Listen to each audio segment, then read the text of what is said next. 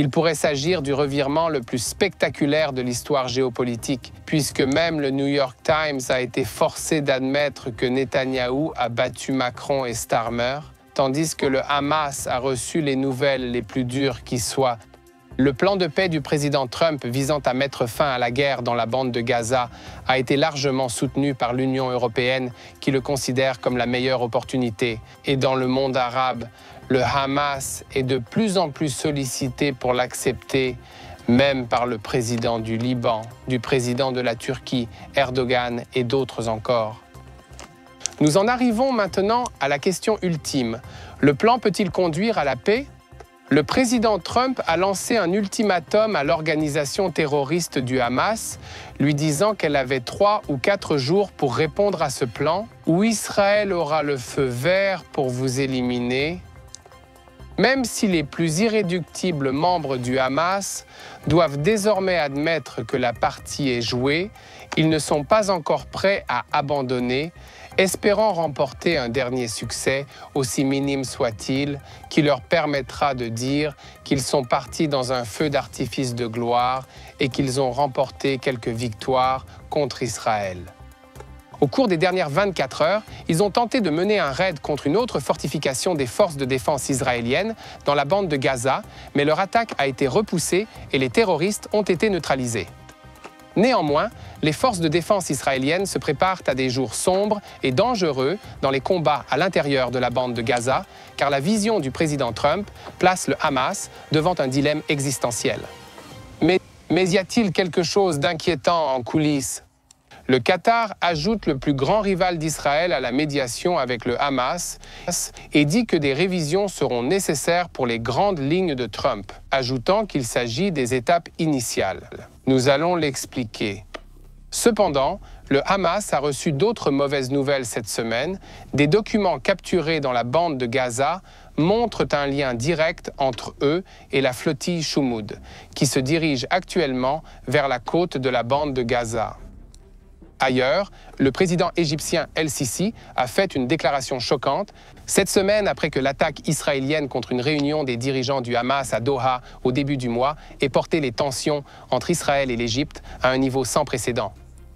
Bienvenue à Boots on the Ground. Je suis votre animateur, Yair Pinto, et je suis accompagné de Mati Shoshani, et nous vous rapportons toute la vérité en provenance d'Israël. Alors cliquez sur le bouton s'abonner pour ne jamais manquer un autre épisode de Boots on the Ground. Aujourd'hui, Mati Shoshani, analyste principal du Moyen-Orient à TBN, nous présentera le plan présenté par le président des États-Unis, Donald Trump, pour le retour des otages et la fin de la guerre dans la bande de Gaza. Nous examinerons les raisons pour lesquelles il a reçu une longue liste de réponses et de soutien de la part de dirigeants et de pays du monde entier, y compris en Europe, ainsi qu'au Moyen-Orient. Mardi, Eyal Zamir, chef d'état-major de Tsahal, est arrivé dans la ville de Gaza moins de 12 heures après la conférence de presse conjointe du président Trump et du Premier ministre Netanyahou à la Maison-Blanche. La raison de cette visite très inhabituelle était la période délicate dans laquelle nous entrons, le président Trump ayant exigé que le Hamas réponde dans un délai de 3 à 4 jours à la proposition qu'il a présentée avec Netanyahou pour un cessez-le-feu et la libération immédiate de tous les otages. Dans le même temps, l'autorité palestinienne a annoncé qu'elle saluait les efforts du président Trump pour mettre fin à la guerre dans la bande de Gaza, mais a posé des conditions très strictes, tandis que le djihad islamique palestinien et les Houthis ont rejeté cette proposition sans ambages. Le Hamas semble emprunter une voie médiane, manifestant son intérêt, mais cherchant également à obtenir des garanties sur le sort de ses hauts responsables à l'étranger. Mais ils sont rapidement à court de cartes à jouer, car l'offensive des forces israéliennes à l'intérieur de la ville de Gaza se déroule très bien et le Hamas vient de perdre sa dernière ligne de défense à l'intérieur de la bande de Gaza. Il s'agissait bien sûr de la population civile de la ville de Gaza, que le Hamas a tenté de maintenir sur place afin de l'utiliser comme bouclier humain. Mais au lieu de cela, la population a voté avec ses pieds et s'est déplacée vers le sud, dans la région d'El Mawassi, emportant avec elle non seulement la couverture dont le Hamas se servait, mais aussi le discours selon lequel Israël affamerait les civils palestiniens et serait responsable de leur souffrance. Cependant, il y a eu un prix à payer et cette semaine, 11 soldats de Tsahal ont été gravement blessés lors d'une attaque combinée du Hamas. Mais la fois suivante où ils ont tenté cette tactique, les forces israéliennes étaient prêtes et leur attaque a échoué.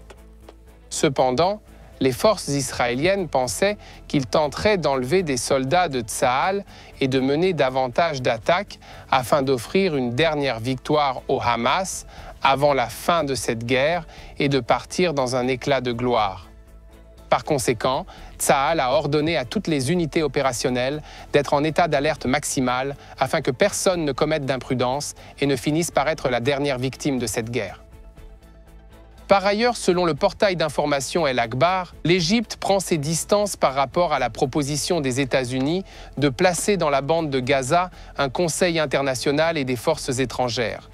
Mais le Premier ministre Netanyahou a transmis des messages au Caire et aux Émiratis pour demander un soutien substantiel à ses actions contre le Hamas. Enfin, la flottille Shumuud pour la bande de Gaza est presque sur la plage, mais les documents officiels du Hamas trouvés à Gaza et publiés pour la première fois révèlent un lien direct entre les dirigeants de la flottille et l'organisation terroriste.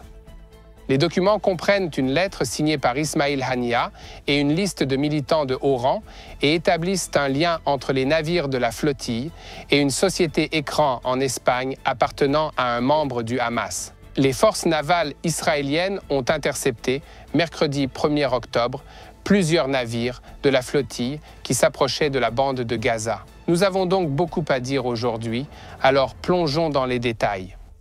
Je m'appelle Yair Pinto et je suis accompagné de Mati Shoshani.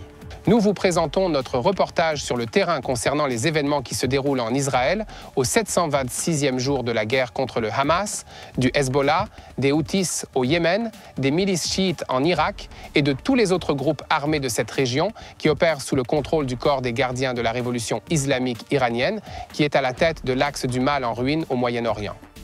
Avant de commencer, je vous demande de continuer à diffuser la vérité, à partager notre contenu avec le plus grand nombre possible de personnes afin qu'elles sachent ce qui se passe sur le terrain en Israël.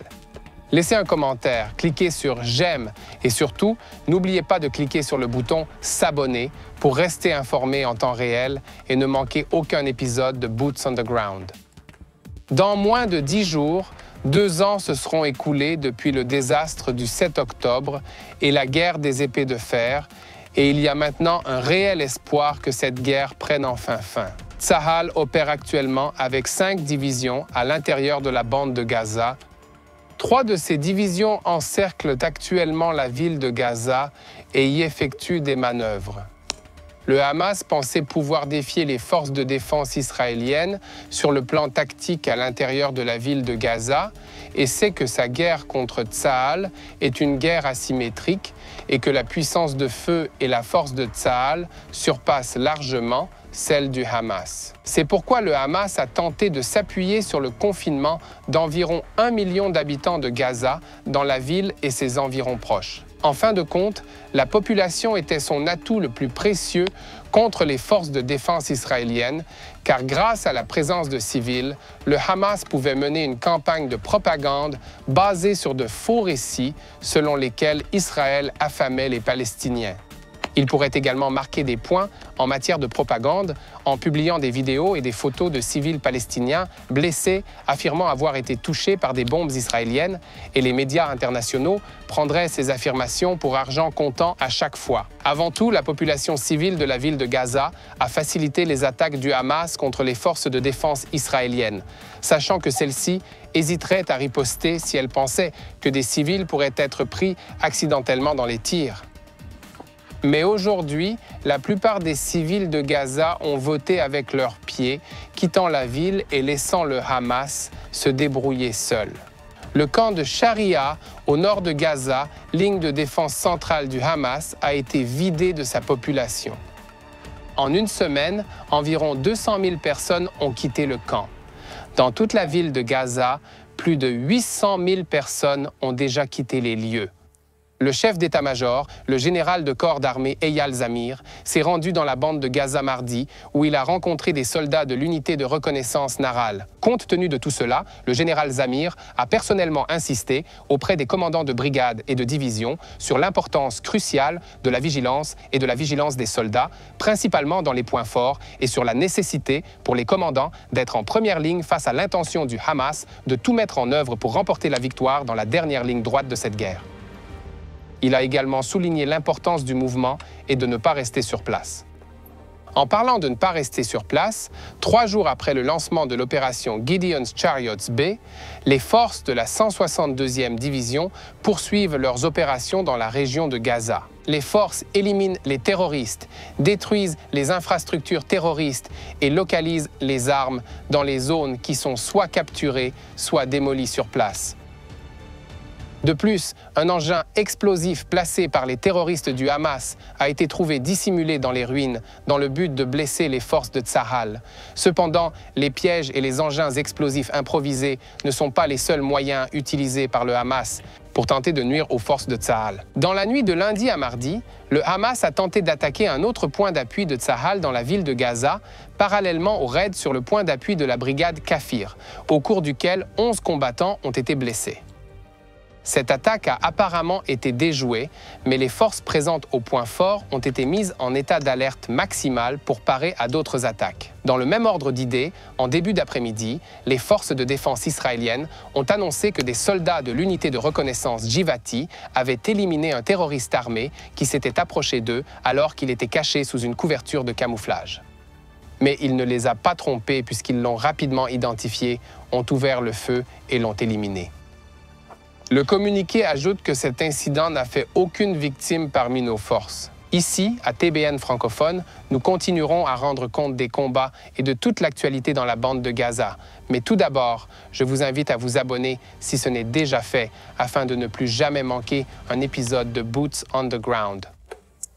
Nous revenons maintenant à l'actualité et nous nous concentrons sur le front diplomatique. Mardi, le président américain Donald Trump a lancé un ultimatum au Hamas, selon lequel l'organisation n'a que 3 à 4 jours pour répondre à la proposition de cessez-le-feu et à l'accord permanent qu'il a formulé avec le Premier ministre Benjamin Netanyahou et qui ont également été largement approuvés par les gouvernements européens et moyen-orientaux. Il a ajouté dans des déclarations aux journalistes qu'il n'y avait pas beaucoup de place pour des négociations avec le Hamas sur cet accord. Nous voulons la libération des otages et un bon comportement de leur part. S'ils ne sont pas d'accord, je laisserai Israël faire ce qu'il doit faire. Il peut le faire très facilement. Trump a également souligné que depuis le début de la guerre, environ 25 000 membres du Hamas ont été éliminés, y compris leurs dirigeants. Ils ont payé un lourd tribut. Si cet accord se concrétise, ce sera l'une des plus grandes choses qui se soit jamais produite, la paix au Moyen-Orient. La question centrale et évidente est de savoir si le Hamas acceptera. Pour l'instant, la réponse est retardée. Dans sa déclaration officielle, l'organisation a déclaré qu'elle étudiait le plan et qu'elle procéderait à des consultations internes avec ses dirigeants et d'autres factions avant de réagir. Du côté positif, le Hamas verra la libération de centaines de terroristes des prisons israéliennes et l'ouverture des points de passage pour entrer et sortir de la bande de Gaza, ainsi que de vastes initiatives de reconnaissance portant sur l'eau, l'électricité et les infrastructures. Côté négatif, le Hamas devrait accepter la démilitarisation complète de la bande de Gaza et la mise en place d'une administration intérimaire sous supervision internationale dont le Hamas soit exclu. Ces conditions touchent au cœur de l'existence du Hamas en tant qu'organisation terroriste combattante. L'Égypte, l'Arabie saoudite, la Jordanie, le Qatar et la Turquie ont déjà salué l'initiative et envoyé des signaux indiquant que le Hamas ne pourra pas se permettre de la rejeter en bloc.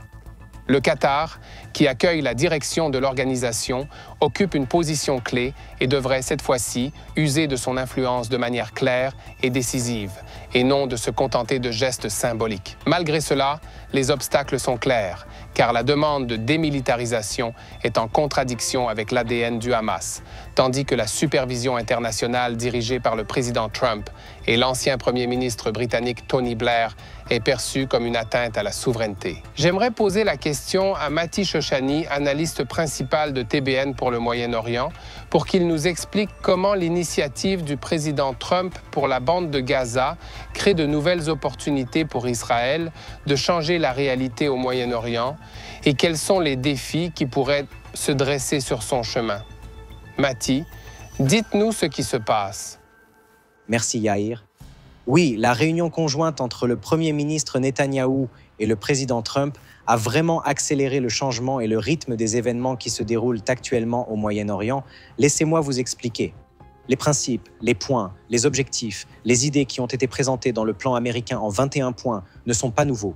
Mais la combinaison des efforts conjoints qui ont conduit à ce moment précis où les pays arabes apportent leur soutien et où il existe un effet et un effort de collaboration pour faire aboutir cet accord est nouvelle, spéciale, remarquable et mérite d'être attendue.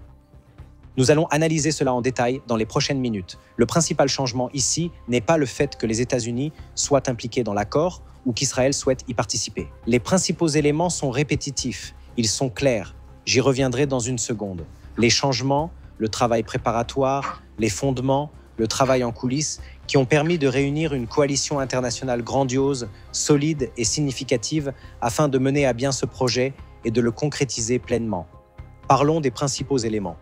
La pièce maîtresse est vraiment le grand échange, l'accord de cessez-le-feu, la libération des otages et le retrait du Hamas.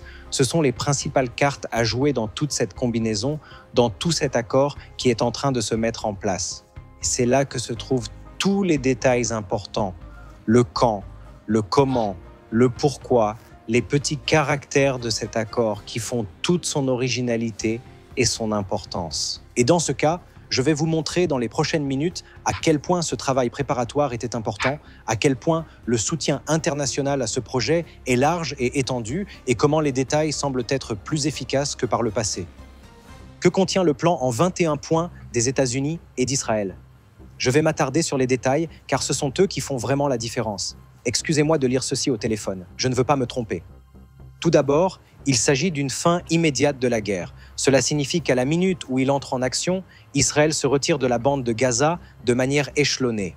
Il existe une carte complète avec une chronologie des lignes par défaut que nous utiliserons sans cesse.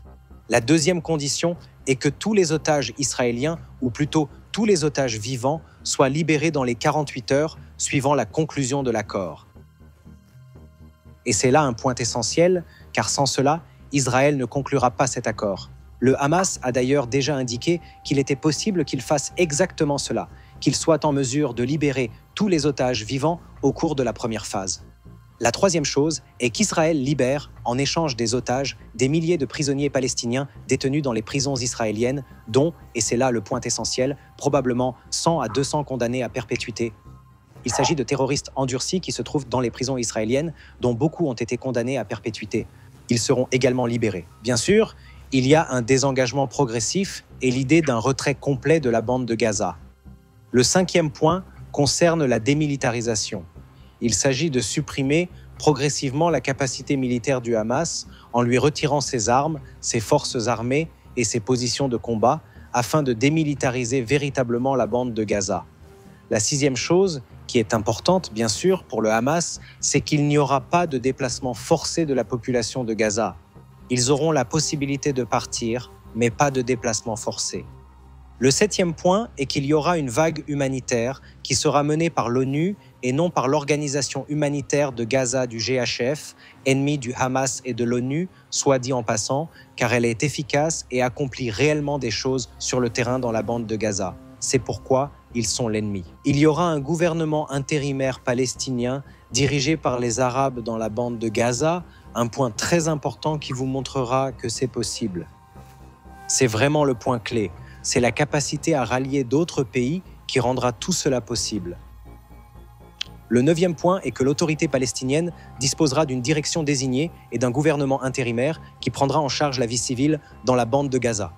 Il y aura également un périmètre de sécurité surveillé à l'intérieur de la bande de Gaza, séparant Gaza proprement dite d'Israël sur une distance d'environ 500 à 1000 mètres, qui empêchera toute ruée vers la frontière, comme cela s'est produit dans les années précédant le 7 octobre 2023. Il y aura, bien sûr, une reconstruction de la bande de Gaza, un plan massif avec un financement massif qui prendra des années à se mettre en place. Les premières estimations font état d'environ 5 ans pour reconstruire la bande de Gaza. Le Hamas ne jouera aucun rôle dans la gouvernance de la bande de Gaza. C'est un point essentiel pour Israël. Il n'y aura pas d'attaque contre le Qatar. C'est bien sûr un élément clé pour les Qataris dans cette négociation. Et les États-Unis s'engageront à ce qu'il n'y ait aucune annexion de la Cisjordanie pendant toute la durée du processus. C'est également un élément clé pour la participation de l'autorité palestinienne à ce processus. Il y aura un statu quo sur les lieux saints en Israël. Il s'agit bien sûr d'une déclaration politique concernant Al-Aqsa, le mont du Temple, qui est déjà, soit dit en passant, sous le contrôle des musulmans et non du peuple juif. Mais il s'agit là d'une histoire à raconter dans une autre émission. L'autorité palestinienne fera l'objet de réformes substantielles en matière de gouvernance, de sécurité et de finances. Des pourparlers directs entre Israéliens et Palestiniens auront lieu après la stabilisation. Ce qui se passe dans la bande de Gaza fera l'objet d'un suivi international et de sanctions. Il y aura une phase d'inspection, une reconstruction des postes frontières à l'entrée et à la sortie de la bande de Gaza. Et bien sûr, un régime de lutte contre la contrebande qui sera soutenu par les pays internationaux, en particulier l'Égypte, qui est un élément important de cet accord. Et enfin, il y aura un volet régional consacré à la reconstruction, à la réhabilitation et à la stabilité. C'est vraiment l'élément essentiel ici, c'est-à-dire une vision régionale, la reconstruction régionale, l'action régionale qui inclut les Égyptiens, les Jordaniens, les Syriens, les Libanais et bien sûr l'autorité palestinienne, tous ensemble pour reconstruire une politique différente et un avenir différent pour cette région. Je voudrais m'attarder sur l'un des éléments les plus importants et les plus significatifs de ce puzzle, à savoir la liste des pays arabes qui vont participer à cet accord élargi. De qui s'agit-il? Il s'agit des Qataris qui reviennent en force en tant que médiateurs dans cet accord, mais aussi des Égyptiens qui vont y participer et d'un nouvel allié dans ce jeu, à savoir les Turcs. Le gouvernement turc souhaite également participer à la reconstruction de cette région. Ce qu'il faut vraiment retarder, c'est le fait que le gouvernement des États-Unis et Israël, mais plus particulièrement Witkoff et la Maison-Blanche de Trump, ont réussi à faire adhérer à cet accord une liste très importante de pays désireux de participer à la reconstruction de cette région. Et à la lumière d'une semaine entière de discours de l'ONU qui semblaient tous anti-Israël et anti-américains, il s'agit d'un changement de cap très rafraîchissant et substantiel. Cela montre à quel point les choses se passent à huis clos et à quel point l'Assemblée générale des Nations unies n'a que peu d'influence sur ce qui se passe dans le monde. Nous nous trouvons ici dans une région déchirée par la guerre depuis de nombreuses années. Les Syriens, depuis le printemps arabe, sont en guerre depuis 15 ans. La Jordanie est un pays au bord de l'effondrement, avec un gouvernement et un peuple très fragile. L'Égypte a une longue liste de problèmes financiers et démographiques. Tout comme l'autorité palestinienne, nous voulons participer à un accord qui reconstruise cette région. Nous voulons participer à un accord qui permette de reconstruire Israël en tant qu'entité stable dans ce pays et d'apporter la prospérité grâce à l'investissement, au commerce et à la stabilité négociée par les États-Unis avec l'aide d'autres pays. Et c'est vraiment l'élément essentiel ici. Si l'on prend un peu de recul, on s'aperçoit qu'il s'agit d'un traité qui inclura les Égyptiens d'un côté, car ce sont eux qui contrôlent la contrebande dans la bande de Gaza et à partir de celle-ci. Ils sont donc un élément clé. Ils craignent également beaucoup le Hamas et ne veulent pas que ce dernier dirige la bande de Gaza le lendemain. Les frères musulmans sont l'ennemi des Égyptiens. Le gouvernement libanais, qui veut se stabiliser au lendemain de la guerre contre le Hezbollah, a été considérablement affaibli par la guerre menée par Israël au Liban contre le Hezbollah, un mandataire iranien. Les Syriens qui souhaitent stabiliser leur pays et le ramener dans le giron des nations légitimes après avoir été ostracisés pendant des décennies par la communauté internationale en raison du régime dictatorial d'Assad. Mais les Jordaniens veulent aussi participer. Les Qataris veulent aussi participer. Les Turcs veulent aussi participer. Et ce qui est intéressant ici, c'est que tous ces différents pays travaillent ensemble pour reconstruire la bande de Gaza. La question qui se pose alors est la suivante. En quoi tout cela change-t-il la situation à Gaza ? Je vais vous le dire. Cela permet d'exercer une pression internationale sur le Hamas afin qu'il soit écarté du gouvernement de la bande de Gaza, tant sur le plan militaire que civil, en tant qu'acteur légitime de la communauté internationale. Et lorsque cela se produira, les choses pourront réellement changer dans la bande de Gaza. cela ouvrira la voie à l'espoir, à des changements substantiels et à une prospérité possible pour la population de Gaza après des décennies sous un leadership corrompu et malfaisant. Parlons donc un instant de ce que tout cela nous réserve dans les jours à venir. Premièrement, il y a quelques étapes clés à franchir. La première consiste à convaincre les terroristes du Hamas de se démilitariser et de libérer tous les otages. C'est cette question qui a fait échouer toutes les négociations menées jusqu'à présent. À chaque fois, ils ont dit oui, mais en fin de compte, ils ne voulaient pas rendre les otages et ils ne voulaient pas être retirés de la bande de Gaza. Mais cette fois-ci, les choses semblent différentes. Nous avons les Qataris, nous avons le gouvernement turc, nous avons d'autres pays qui font pression jour et nuit sur le Hamas pour le convaincre de coopérer à cet égard. Et le fait que l'amnistie soit offerte aux terroristes du Hamas qui se retireront de la bande de Gaza est un feu vert qui leur permettra peut-être d'aller de l'avant. Et le fait qu'il y ait autant de pression régionale sur ce sujet nous montre que le moment est peut-être venu pour que cela avance réellement. Et si cela se produit dans quelques jours, peut-être à l'occasion du 2e anniversaire de l'attaque du 7 octobre 2023, nous pourrions assister à la conclusion d'un nouvel accord dans cette région, un accord de cessez-le-feu entre les forces de défense israéliennes et le Hamas dans la bande de Gaza et le retour des otages. Mais cela nécessitera beaucoup de travail acharné, beaucoup de persévérance, des efforts de la part de plusieurs pays pour reconstruire la bande de Gaza et la démilitariser, supprimer les effets et les armes du Hamas dans cette région. C'est alors, et alors seulement, qu'Israël pourra être reconstruit dans cette région.